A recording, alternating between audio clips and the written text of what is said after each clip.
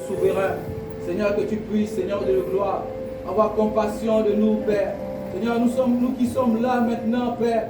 Tu sais, ô Dieu de gloire, ce dont, Seigneur, le chemin, ô Dieu de gloire, est difficile. Permets-toi seul par ta force, par ton esprit, Père. Accorde-nous cela, Père, de pouvoir, Seigneur, atteindre le but qui nous est venu, Père. Seigneur, le but, Seigneur, en ce moment, c'est le royaume de Dieu, Père. Seigneur, nous sommes des hommes, nous avons des manquements en nous. Seigneur, nous sommes des hommes, nous avons, Seigneur, la chair qui est faible. Mais je sais une seule chose, l'esprit est mieux disposé, Père. Merci, Seigneur, encore pour ce matin, et que toute la gloire te revienne. Amen. Amen. Vous prêchez ta parole en toute occasion. Nous avons besoin de toi, ô Saint-Esprit. Dans nos maisons, partout nous allons, nous voulons être de véritables témoins. Viens prendre possession du temple que nous sommes, inonde-nous, esprit de vérité.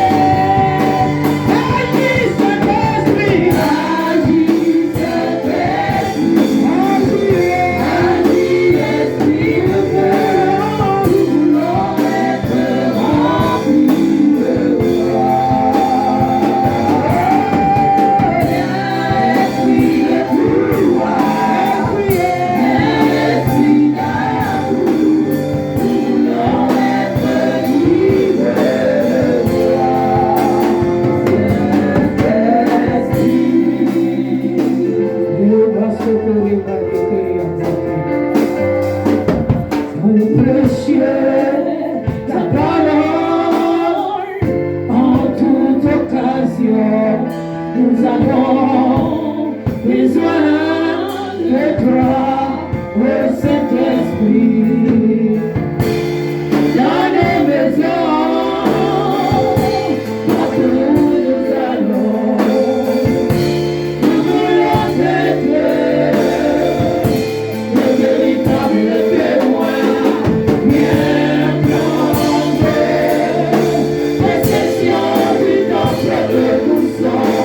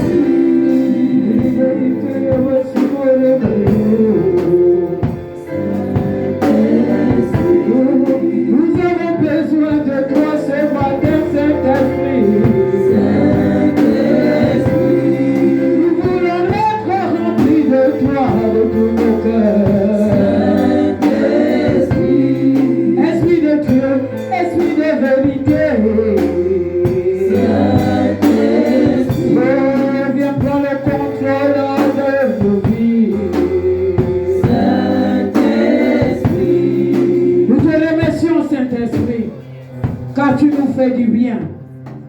Nous voulons être ivres de toi ce matin. Tu es le véritable Dieu.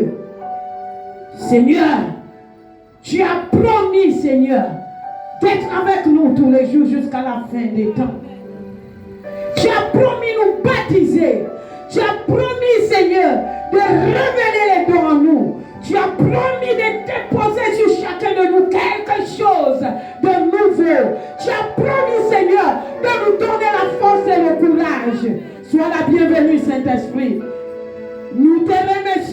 présence qui nous inonde ce matin. Nous te remercions pour ce que tu as fait. Nous te remercions pour ton toucher.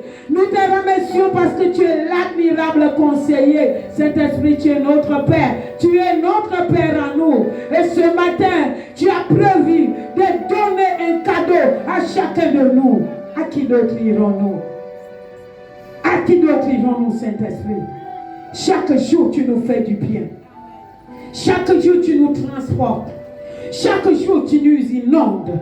Chaque jour, Seigneur, tu nous remplis. Et ce matin, Seigneur, pour cette fête, nous avons besoin, Seigneur, d'être de nouvelles personnes, avoir une nouvelle dimension réelle, Seigneur, qui changera nos cœurs, qui changera nos vies, qui changera notre manière de faire. On fait que tout à toi, oh Dieu. Nous te remercions, Saint-Esprit. Seigneur, que chacun ici présent soit rempli de ta parole, soit rempli de ta puissance, soit rempli de ton vent, soit rempli par ton feu. Oh Dieu, sois la bienvenue. Nous nous prosternons devant toi parce que toi, tu es notre Dieu.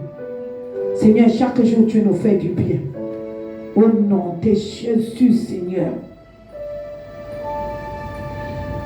C'est toi qui as promis, c'est toi qui as promis que tu répondras ton Esprit Saint sur toute chair.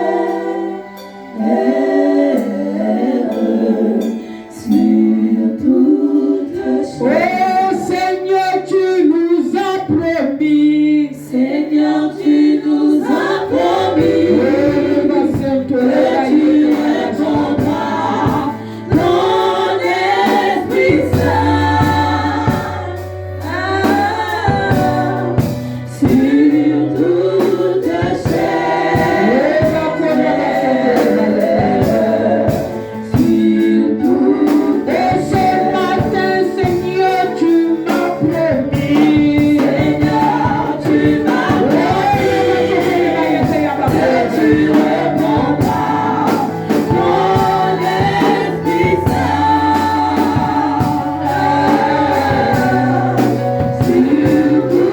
toute chair.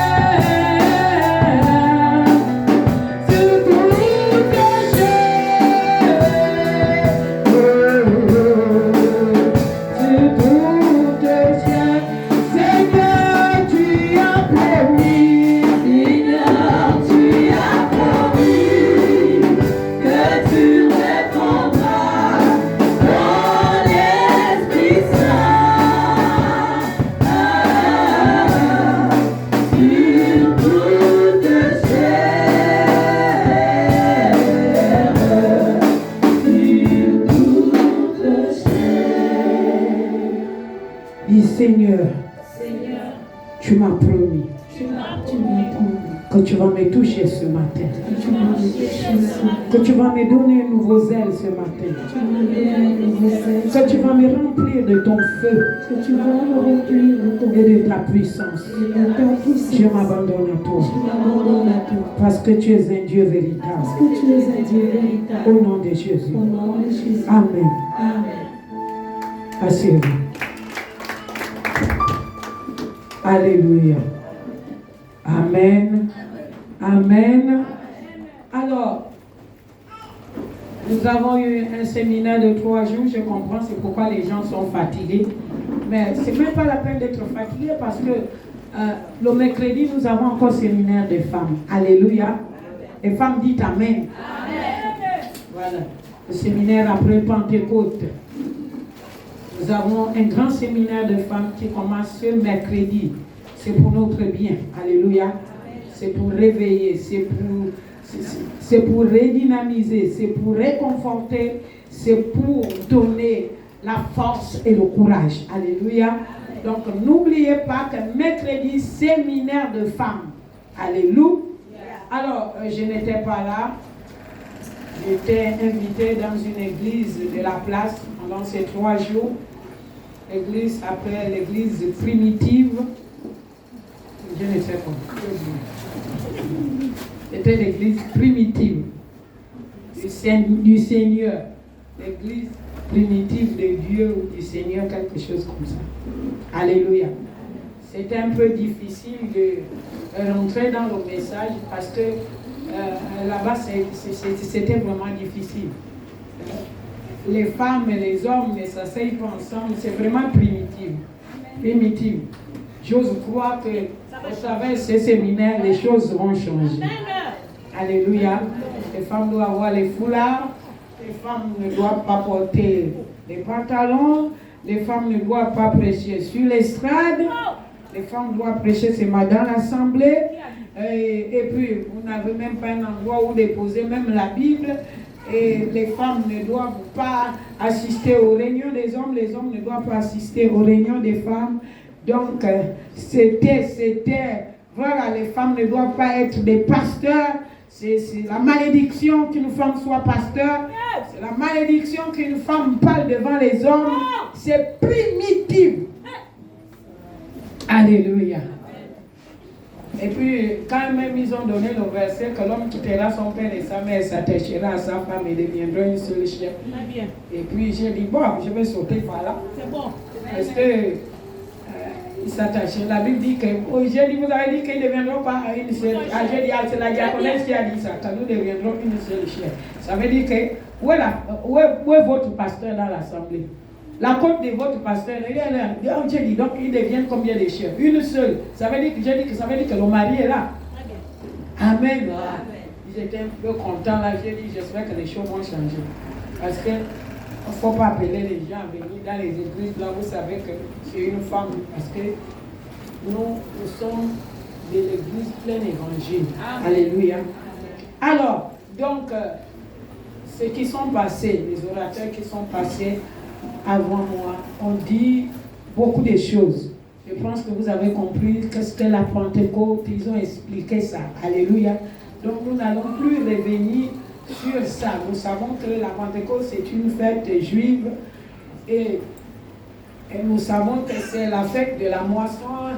Tout ça, on vous l'a dit. Alléluia, pour ceux qui étaient là. Donc, je ne voudrais plus m'attarder sur ça parce que je sais que les deux qui sont passés, ils ont l'onction du docteur. Alléluia. Je n'ai plus besoin d'ajouter quoi que ce soit parce qu'on avait affaire au docteur. Bon, maintenant, le pasteur va venir simplifier. Alléluia. Voilà. Que ce soit le docteur Moundiéou, que ce soit le pasteur Bouka, mais il tend vers là-bas. Il n'est pas pasteur. Ça vient de moi. Alléluia. Oui, c'est comme le révérend. Le révérend Anissé. C'est un docteur, hein? Mais quand il décortique la parole, là, il y a des choses, quand j'ai dit, ah oui, là, il est efficace, quoi. Quand il décide d'enseigner, il ne peut pas couper, clouer. Il va au but, il commence, là, mot par mot, il décortique. Mais nous, les pasteurs, on ne connaît pas décortiquer tout ça. Hein? On prend un peu, on met là, on prend un peu, on met là, on prend un peu, bon, c'est toi de comprendre. Mais les docteurs, ils enseignent, ils prennent leur temps. C'est quoi? Ils vont diviser pan. Ils vont prendre côte. Ils vont prendre côte et puis ils vont mettre. Ils vont te montrer la signification de tout ça. Ça, c'est trop haut pour moi. C'est trop, vraiment, je ne peux pas. Alléluia. Amen. Voilà, c'est comme ça. On a beaucoup de docteurs ici. Il ne faut pas suivre. Les miens, deuxième, le troisième n'est pas là. Peut-être que parmi les femmes, on saura aussi qui est docteur. Ici, c'est le plein évangile. Alléluia. Amen. Si quelqu'un a tel ministère, tel don, on n'a pas besoin de te cacher dans la chambre. On n'a pas besoin de te... Parce que c'est le Saint-Esprit qui donne. Il donne à qui il le veut. Ça ne dépend pas du pasteur Christian. Ça ne dépend pas du pasteur Bouka. Ça ne dépend pas du pasteur Francis. Ce n'est pas nous qui donnons le don, c'est le Saint-Esprit lui-même. Alléluia. Et c'est ce que j'ai dit aux autres, que ça ne dépend pas. Si le Seigneur savait que les femmes se taisent, il ne devait pas donner aux femmes la révélation de la parole. Il devait nous accabler de ça et puis on devait rester bouche fermée. Je les ai expliqué comment je fais pour être missionnaire. J'ai dit, et quand je parle de l'homme de Dieu parce que c'est lui qui me mandate, c'est parce que c'est mon leader. Et je parle de Jésus, j'élève Jésus et je glorifie également celui qui m'a mandaté. J'ai dit, on ne prêche pas nous-mêmes, on prêche le Seigneur Jésus. Si la femme prêche, c'est Jésus. Si l'homme prêche, c'est Jésus. J'ai dit donc, il n'y a pas que les femmes se taisent. Ils ont compris. Ils ont senti. Très bien. Alléluia. Ouvrons nos Bibles dans les Actes des Apôtres. Chapitre 2. On va commencer par prendre Actes des Apôtres, chapitre 2, à partir du verset 1. Mais prenons d'abord Joël 2, 28 jusqu'à la fin. Bien. Allons-y. Joël 2.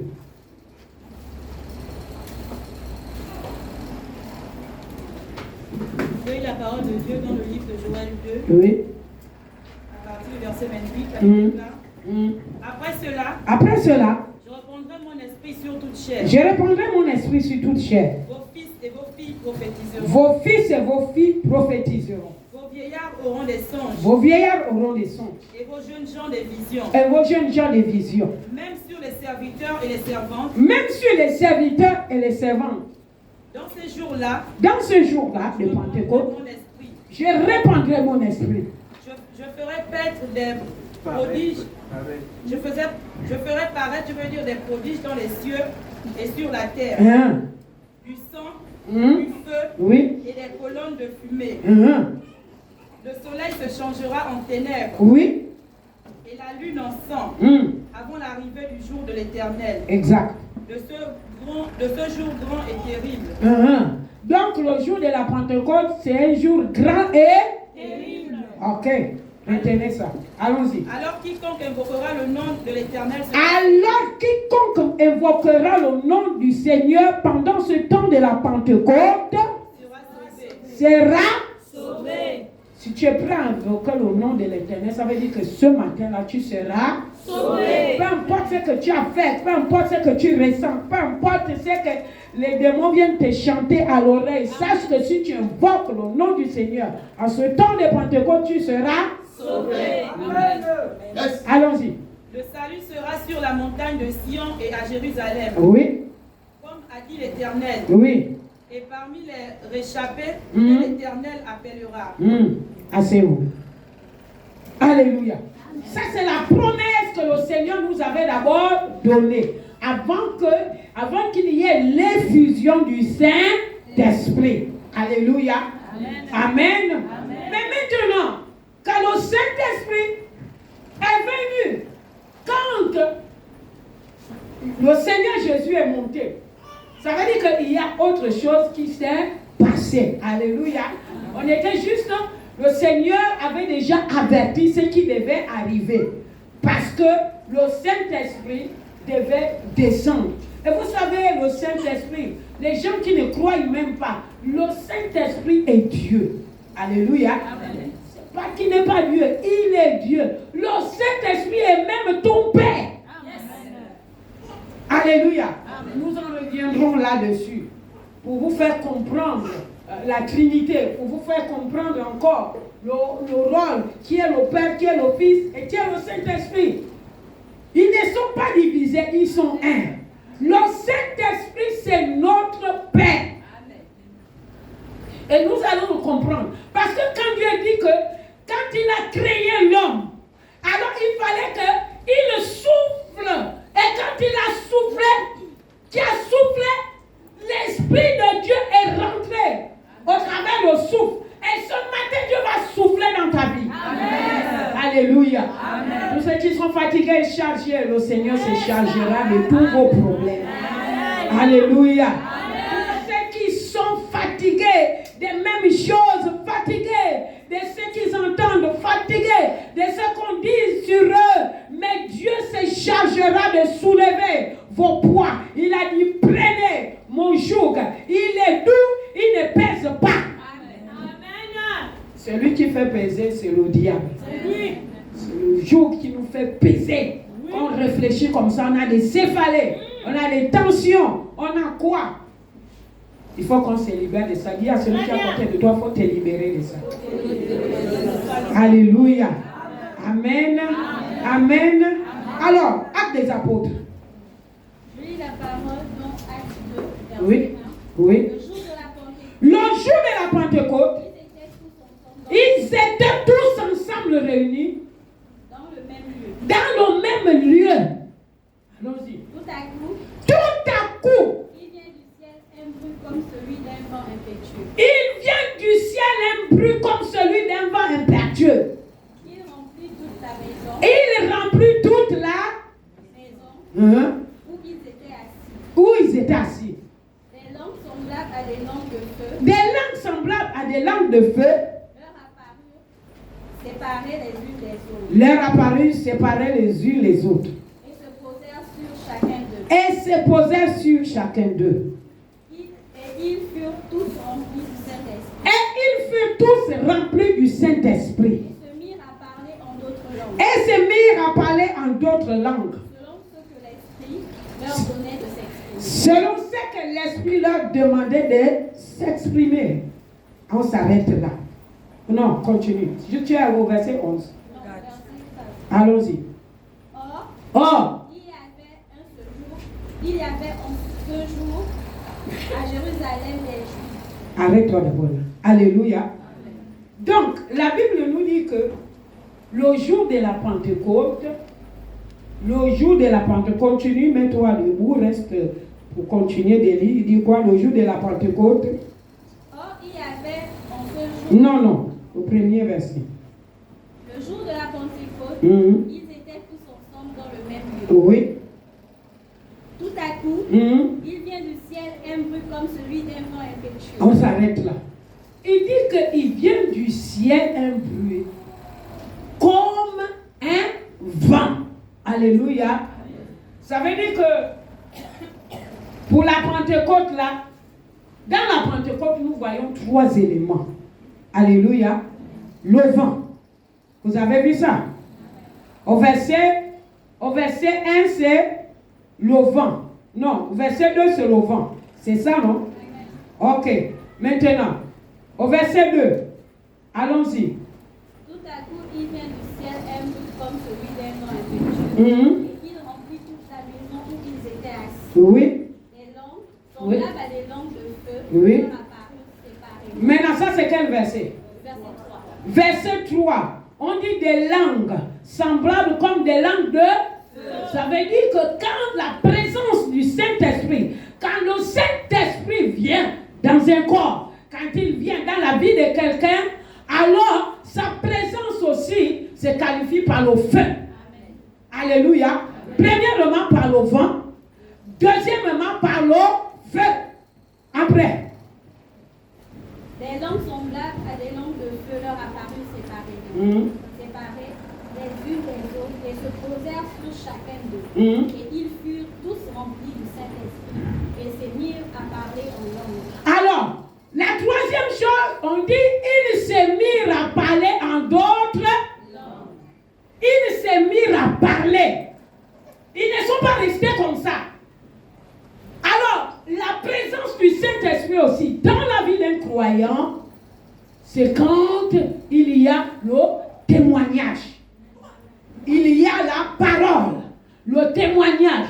Parce que quand l'Esprit vient dans ta vie, alors il vient complètement bouleverser ta vie.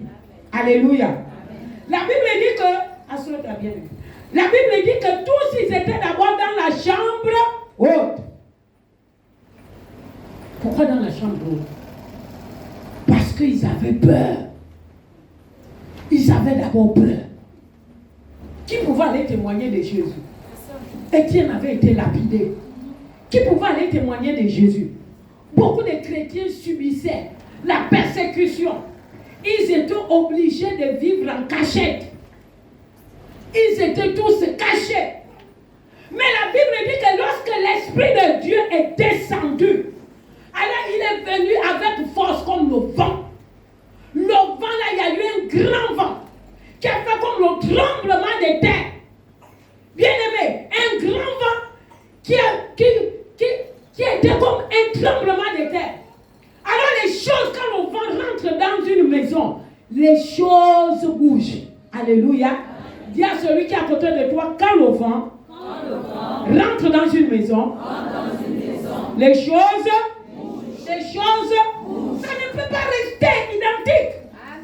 Il faut que les choses bougent.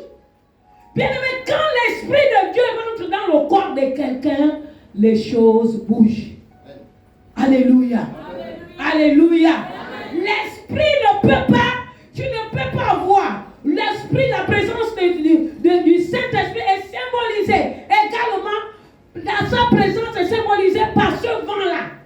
Et quand il y a le vent, bien aimé, et ce n'est pas un vent doux, et ce n'est pas un vent léger, ça veut dire que le vent-là, c'est un vent violent. Et quand le vent-là est violent, alors il vient bouleverser tout dans ta vie. Alléluia. Et on dira que cette personne, on reconnaît cette personne par la présence du Saint-Esprit dans sa vie. Alléluia. Ça veut dire que les choses doivent bouger dans nos vies. On ne peut plus rester avec un tel vent qui soulève. Nous voyons les vents qui soulèvent les toits. Nous voyons les vents qui dérangent tout dans la maison. Mais si ta vie a l'Esprit de Dieu, si l'Esprit de Dieu rentre dans ta vie, les choses vont changer. Alléluia. Les ventilateurs là peuvent tomber. Tout ça là, ça peut tomber. Il y a le vent qui soulève même les hommes. Alléluia. Rappelez-vous quand il y a le tourbillon, ça fait quoi? Ça bouge. Ça bouge. Et quand l'Esprit de Dieu est rentré dans la vie des apôtres qui étaient dans la salle, alors les choses avaient commencé à bouger. Parce que le vent symbolisait la présence du Saint-Esprit dans la salle. Alléluia. Prenons Genèse chapitre 1 au verset 2. Que quelqu'un aussi me prenne Genèse chapitre 2 verset 7. Il faut comprendre. Si tu vas avoir l'Esprit de Dieu ce matin, si tu as l'Esprit de Dieu et tu vas avoir un nouveau zèle, il faut d'abord écouter. Et là tu pourras demander. Tu pourras dire, Saint-Esprit, viens maintenant. Je suis disposé comme ces hommes. Il dit quoi? Genèse 1, verset 2. Oui. La terre était informe et vide. La terre était informe et vide. Il y avait des ténèbres à la surface de la Il ville. y avait les ténèbres à la surface de la Bible. Et l'Esprit de Dieu se mouvait au-dessus des eaux. Et l'Esprit de Dieu se mouvait au-dessus des eaux. Alléluia. L'Esprit de Dieu planait au-dessus des eaux. Amen.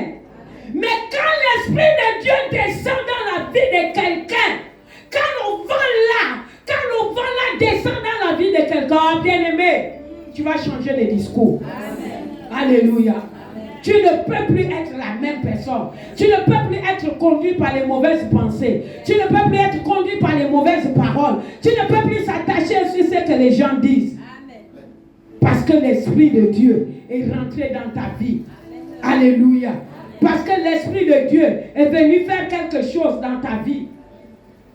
Le vent là n'est que le souffle. Et le souffle représente la présence du Saint-Esprit. C'est que le Saint-Esprit apporte. et il apporte un changement radical. Le Saint-Esprit, qui est l'Esprit de Dieu, dans ta vie, peut apporter la guérison, peut apporter la délivrance. Il ne vient pas seulement parce qu'il va, c'est vrai, te faire parler en langue, mais il va aussi t'apporter la guérison dans ton corps. Si tu acceptes ce matin que l'Esprit de Dieu vienne dans ta vie. Alléluia. Le Saint-Esprit, au travers de ce vent-là, il peut apporter la délivrance. Afin que tout se stabilise et que ta vie devienne meilleure. Alléluia. Amen. Amen. Voilà. Et le Saint-Esprit également va apporter un nouveau zèle dans ta vie et même dans l'église. Un nouveau zèle. Je dis qu'il cherche les adorateurs. Il cherche les vrais. Il ne parle pas des faux adorateurs. Quand tu es un vrai adorateur, tu es rempli du Saint-Esprit. Tu n'es pas conduit par ce que les hommes disent. Tu n'es pas conduit par les sens, mais tu es conduit par l'Esprit de Dieu. Il dit cherche. Tous les jours, Dieu cherche. Il cherche les vrais. Quelqu'un peut commencer vrai et terminer faux. C'est comme quelqu'un peut demeurer faux. Mais Dieu dit, je cherche les vrais. Alléluia. Allons-y. 3. Oh oui. Genèse, verset 7. L'Éternel Dieu forma l'homme. Non. Dans Actes des Apôtres. Non, l'autre verset. Vous n'avez pas encore lu l'autre verset. Oui, allons-y. 2:7. L'Éternel Dieu forma l'homme. L'éternel Dieu forma l'homme De la poussière de la terre. de la poussière de la terre. Il souffla dans ses narines. Il souffla dans ses narines. Un souffle de vie. Et l'homme devient un être vivant. Et l'homme devient notre vivant. Qui est notre Père? Qui est notre Père? Hein? Qui est notre Père? Alléluia. Le Saint-Esprit est notre Père. En dehors du pasteur de l'église, mais le Saint-Esprit est notre Père. Dieu avait formé l'homme de la poussière de la terre. Après le Saint-Esprit, Dieu a soufflé pour donner la vie à l'homme. Il a donné la vie à l'homme. Bien-aimé, ce matin, si tu te sens morte, Dieu va te donner la vie. Amen. Alléluia. Amen. Si tu n'as pas la vie qu'il faut, si tu n'as pas la joie qu'il faut, si tu n'as pas le bonheur qu'il faut, ce matin, l'Esprit de Dieu va souffler en toi et tu auras un souffle nouveau. Amen. Alléluia. Amen. Amen. Dieu a dit, il a dit à Ézéchiel, dans Ézéchiel 37, il a dit, que vois-tu? Il dit, je vois les ossements desséchés. Il a dit, oui, tu dis vrai. Il dit, souffle. Amen. Alléluia. Et ce matin, nous allons souffler sur nos propres vies, afin qu'il y ait de la différence. On ne peut plus être le même. Quand l'Esprit vient, c'est pour nous changer. Le corps peut ne pas changer, mais notre manière de voir, notre manière de comprendre, notre manière de faire va changer. Alléluia. Actes des Apôtres, chapitre 2, au verset 3. Il dit quoi?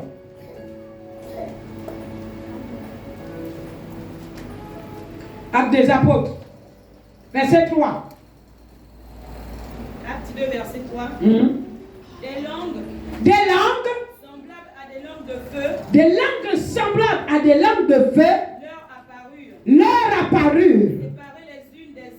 Séparées les unes des autres. Arrêtons-nous là. Il dit les langues, des langues semblables aux langues de feu. Bien-aimés, la présence du Saint-Esprit se montre aussi par le feu qui est en nous. Alléluia.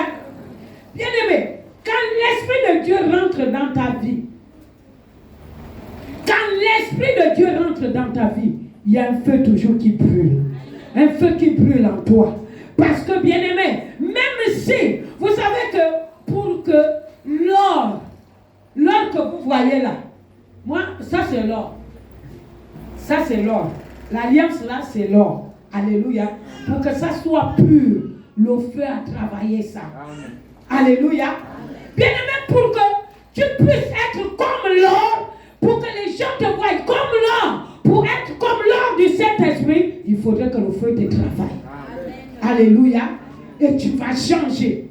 Tu vas changer. Tu n'auras plus la même onction. Tu n'auras plus la même manière de faire. Tu n'auras plus la même manière de voir. Bien-aimé, même la persécution ne te fera rien. Parce que le feu brûlera en toi.